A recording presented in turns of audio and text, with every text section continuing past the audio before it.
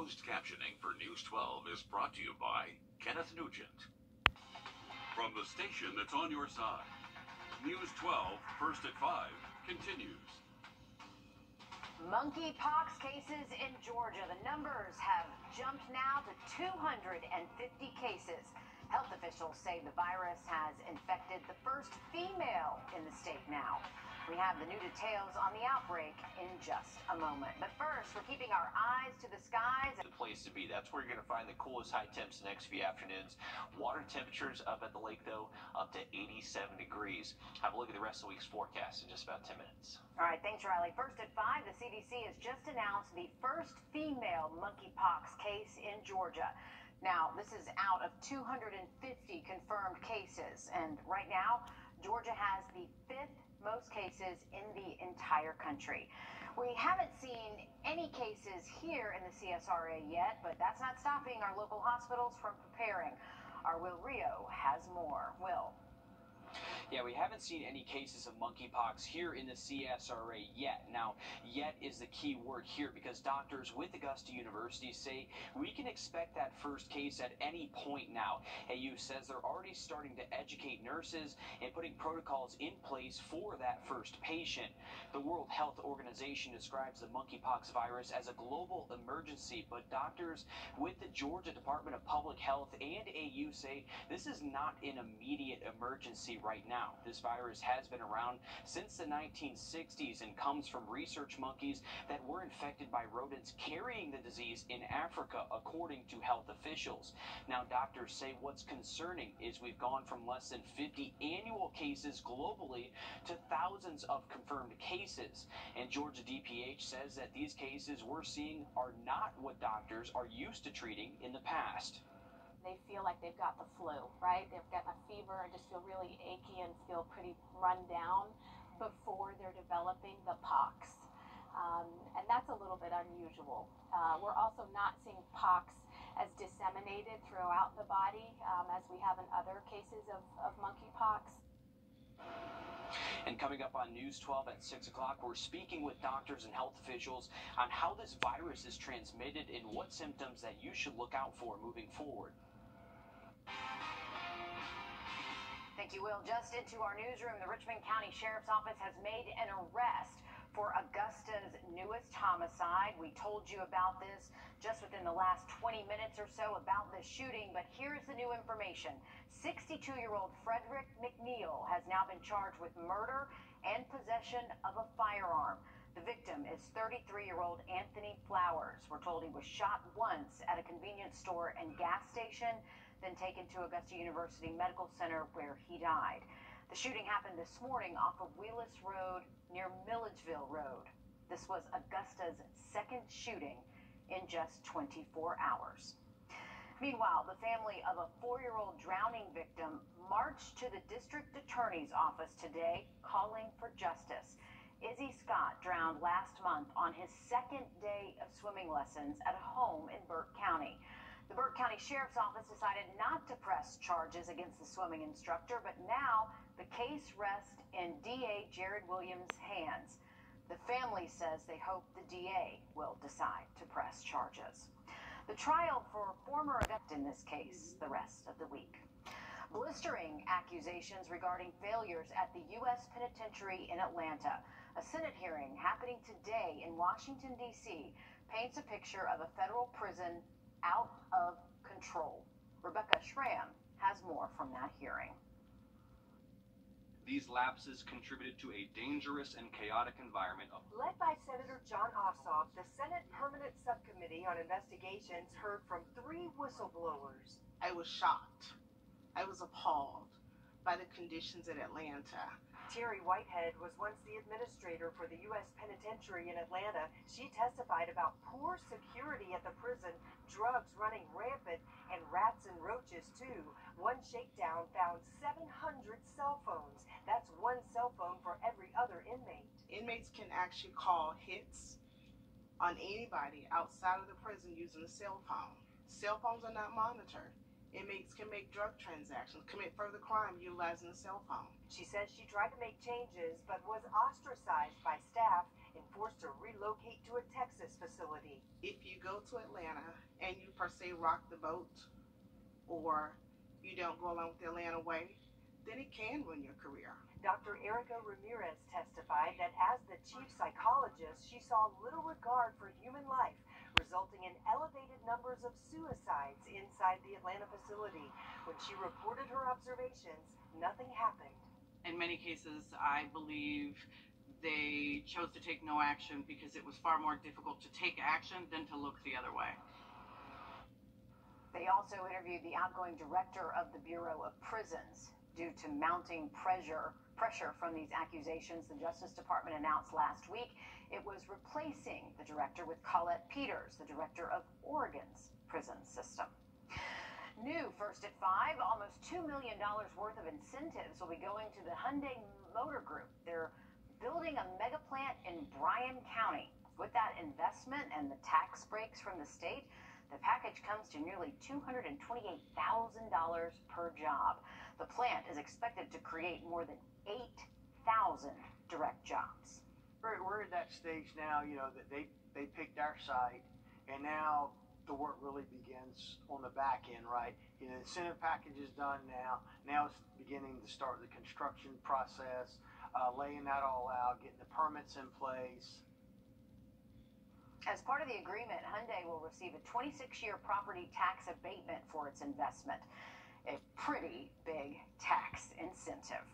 There are still several back-to-school immunization drives happening this week in Richmond County. The drive is happening at the agency's headquarters. That's on Laney Walker Boulevard. And you can go through July 27th, tomorrow. Parents can stop by with their kids Monday through Wednesday from 11 until 11 a.m.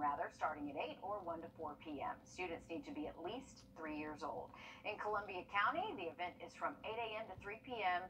tomorrow at the Columbia County Health Department. No appointment is necessary. They will also have COVID-19 and MCV4 vaccines. Don't forget, bring all of your shot records. The Shepherd Community Blood Center says they are in critical need of not just one blood type, but all of them. So they're holding multiple blood drives all this week to fight that shortage. You see that QR code on your screen? Grab your cell phone, take a picture of it. That will take you to information that you need to know about how to donate. Your next chance to catch one, that's coming up tomorrow. It's at the Augusta Oncology Associates on Wheeler Road. That's happening from 10 to 2. For the full list, we've got them all there for you at wrdw.com. We are just weeks away from high school football. Teams are making their final tweaks before Game 1 hits, and our Alyssa Lyons joins us now with the latest on the Evans Knights. It's that time of year, Alyssa. Absolutely, and they are getting ready. Evan Knights are back on the gridiron, working down the days until kickoff hits this August, this time with a new signal caller leading them out on Friday nights. The Knights are coming off their second straight trip to the GHSA Sweet 16, now with some extra coaches and a new quarterback. The road back begins for the Knights. Senior DJ Walton has picked up some new shoes and stepped in under center. Walton previously filled in at safety and receiver for Evans, something he plans to use to his advantage this season. It makes it a whole lot easier because I know most of the spots they want to get to. I know how they want to run their routes. I know how it's supposed to be ran and where the ball's supposed to be placed. So it makes it a whole lot easier, and it makes like a lot of my IQ a whole lot higher, all that good stuff. Coming up at 6, we hear from second-year head coach Barrett Davis. All right, if you're feeling lucky, it is time to buy a ticket. The Mega Millions jackpot. Get this, y'all. It is now up to $810 million. That's a lot of money. The next drawing is coming up tonight. This is the 4th largest jackpot in game history. The pot has been going up since there really hasn't been a winner in the last 3 months. Your last time to buy a ticket, 10:45 tonight. And pro tip, if you buy it in South Carolina and you win, you can remain anonymous. Just passing that along. All right, it is time for high school football players to head back to the gridiron, like Alyssa said. And next, we have the newest add-on for Columbia County schools. Riley? Well, if you thought it was hot this afternoon, unfortunately, we're only getting hotter for the rest of the week. We'll have an update on the forecast next. Bravo Awards app. Flooding continues to be a problem in Missouri as an area near St. Louis received historic amount of rain. Most of the area has received anywhere from 5 to 11 inches overnight. Some areas have seen more than a foot of rain, and more rain is on the way. And Riley, you've got there, I see it right now behind you, all of that green. It just means that they are continually getting dumped. It was really 18 hours straight of rainfall, and we're talking very heavy rainfalls. If you're walking the pets the next couple of days, try to get those walks in early. Way too hot to be walking them most afternoons through the weekend. All right, thank you, Riley. Parents and kids are getting ready for back to school, and now in Columbia County, all district high schools will have new turf fields just in time for football season. Our Will Volk has more on the benefits for players and the cost cut for the county. Well, a new school year and a new season are now less than a month away, and here in Columbia County, students are checking out their new turf fields. The district added one of these to all 5 high schools. All 5 of our high schools needed something done to their field. Associate Superintendent Penny Jackson says the old grass fields caused problems, especially after a lot of rain. So when it was time for new fields, instead of new grass, they went with turf. So in the long run, it was going to be well worth it for us financially and certainly cosmetically, but also safety-wise for us to invest in these turf fields. Jackson says each field cost about $1 million, but over time, she thinks they'll be cheaper than grass. These fields don't have to be replaced as often, and they don't require as much upkeep. The field cutting, the maintenance, the irrigation we were going to have to do. They won't have to worry about that anymore. Jackson believes this new turf will be great. Everyone's going to be able to enjoy it for years to come. And when you just look at the fields, it's exciting they look like college fields. A new look as these teams get ready for a new season. In Columbia County, Will Volk on your side. They do look good. These fields are not just for football, by the way. Jackson says they can be used for other sports like soccer and marching band competitions, too. Coming up, Facebook is changing the way you see posts from your friends. Find out how to make the change after the break.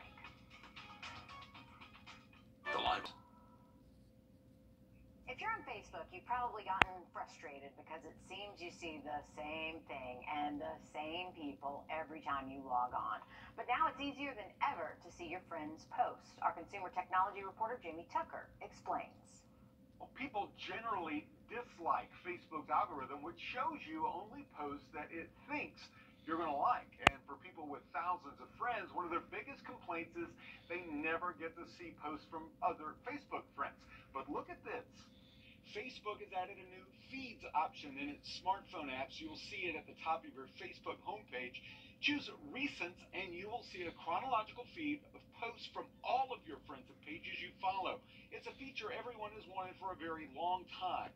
You can also choose a favorites feed, and you'll see posts from friends you've starred or favorited. Now, if you don't remember ever doing that, or if you want to change your favorites list, this toggle gives you an easy way to favorite or unfavorite friends. If you've been on Facebook quite a while and you've liked a lot of those pages and joined groups, the chronological feed is likely going to be filled with posts from those pages and groups. If you want to see less from those pages and more posts from friends, you may want to go back and unlike or unfollow those pages or leave groups. After trying out the new recent feeds, I saw posts from friends I hadn't seen on Facebook in years. If you don't see the new feeds option at the top of the page, make sure you install the latest Facebook update. And if you still don't see it, remember Facebook generally rolls these things out, so it may not be available to everyone right away. So watch out for those updates. That's What the Tech. I'm Jamie Tucker. The new chronological feed does not work if you're using Facebook in a web browser. It's only available within the Facebook smartphone apps. Well, if you're trying to iron out some weekend plans, we do have the chance for storms back in the forecast both afternoons, and it is going to be hot, folks. Mid-90s both Saturday and Sunday. Now, we'll look at the forecast for the rest of the week just after the break. What's on your estimate? Candy can fix it. Okay, remember murder hornets? The bug with any other name wouldn't be just as terrifying, right? But it's getting a new one anyway. The new one is the northern giant hornet. But you can still keep calling it a murder hornet, though, because that was always just a nickname anyway. Scientists say that name didn't do much to identify the stinger, since all hornets are native to Asia. But Riley, I like murder hornet better. Yeah, it makes them sound pretty terrifying, and when they do close-ups like that, hey, I mean, that is a pretty scary-looking creature. I wouldn't want to be stung by a murder hornet, or we call them now the Great Northern Hornet. What is it? Boo. Yeah, pretty lame in my Yeah, opinion. the Northern Giant Hornet. It almost needs you almost need like a deep voice, murder hornet, or some sound effect or something crazy. Yes, Will, I did say that. His mouth is open. You should hear my voices when I used to read my daughter bedtime stories. I do awesome villains. Oh, they're good stuff, Mary. Love to hear that. All right, it is going to be hot and humid. I think we're running out of time here, but yeah, folks, get ready for the heat. It's coming. Goodbye. We're ending the show.